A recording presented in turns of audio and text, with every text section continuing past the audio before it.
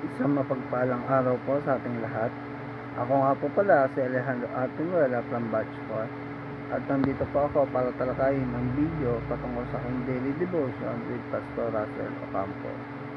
Ngayong araw po ay December 22, 2025, Monday. Ang ating tatalakayin sa araw na ito ay ang katanungan na si Jesus ba ay si Yahweh? At tatalakayin natin sa pamamagitan ng Bible verse na Isaiah chapter 9 verse 6 to 7. Jesus the Mighty God, Seminary Edition. Ngayon naman po ay talakayin natin ang Bible verse na Isaiah chapter 9 verse 6 to 7. Sabi dito, sa atin ay ibinigay ang isang anak na lalaki, at ang pamamahala ay maatang sa kanyang balikat. At ang kanyang pangalan ay tatawaging kamanghamanghang tagapayo, makapangyarihang Diyos, walang hanggang Ama, prinsipe ng kapayapaan. Ang paglago ng kanyang pamamahala at ng kapayapaan ay hindi magwawakas.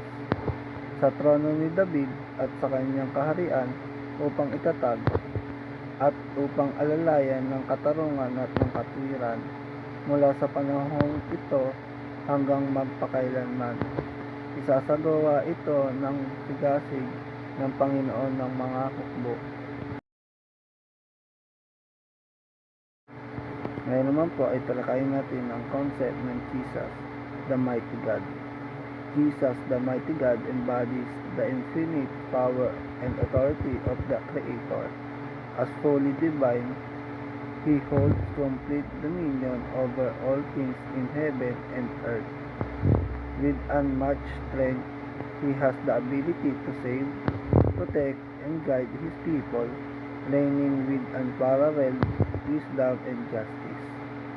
His sovereignty is unwavering, and His presence brings not only protection, but also hope as He rules with love and righteousness. Jesus' might is not just in His power, but in His ability to transform lives, offering eternal salvation to all who trust in Him. Ngayon naman po ay dumako tayo sa teachings. Number 1. Ang ating Panginoong Kristo ay Mighty God. Not only because of teachings noong mga una pa lamang natin siyang nakilala sa ating buhay, kundi siya ay Diyos na mula pa noong una kahit hindi pa nalilikha ang mundo.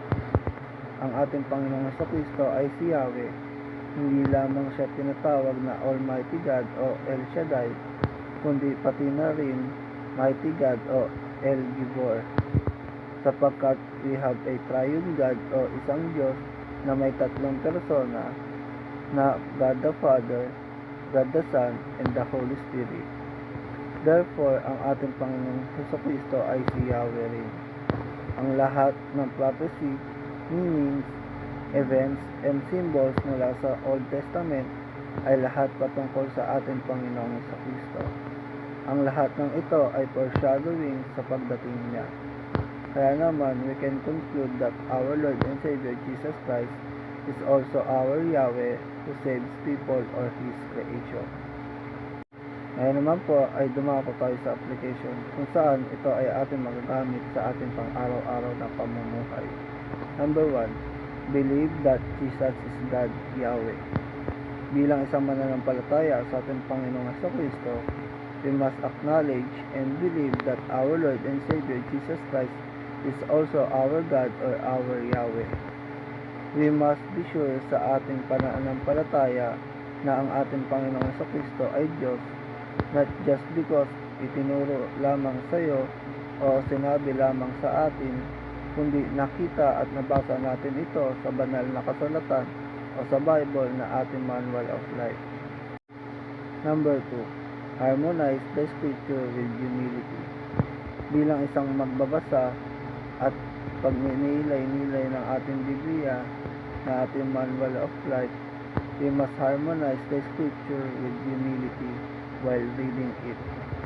It means that lahat ng nakasulat sa mga Bible verses, regardless if it is Old or New Testament, Dapat natin itong tanggapin at panampalatayaan natin ito ng buong puso at may kababaang loob.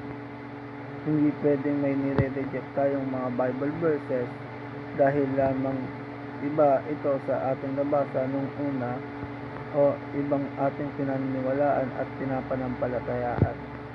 Sapagkat ang lahat ng nakasulat sa ating Biblia na ating Manual of Life ay lubhang napakahalaga, lalong-lalo na sa ating buhay pananampalataya at sa paglago ng ating buhay espiritual. Kaya naman dapat natin itong tanggapin ang bawat salita at aral na ating makukuha sa ating pagbabasa ng ating Bible na ating Manual of Life. Ngayon naman po ay dumako tayo sa number 3. Interpret Scripture with Scripture. Bilang isang nagbabasa at nagninilay-nilay ng ating Biblia na ating Manual of Life, we must interpret Scripture with Scripture. Napakahalaga na hindi natin binibigyan ng ibang kahulugan kung ano ang nakasulat sa ating Biblia na ating Manual of Life. Hindi dapat natin pinapasukan ng ibang ideya ang ating pagbabasa. Sa halip, hayaan natin ang ating Biblia ang magbigay sa atin ng ideya kung ano ba talaga ang nakasulat sa ating Bible na ating Manual of Life. At muli, isang mapagpalang araw po sa ating lahat. Ako nga po pala muli si Alejandro R. Pinuela from Batch 4. At hanggang dito na lang po ang aking video patungkol sa aking daily devotion with Pastor Russell Ocampo. Maraming salamat po sa pakikinig. God bless us. See you next time.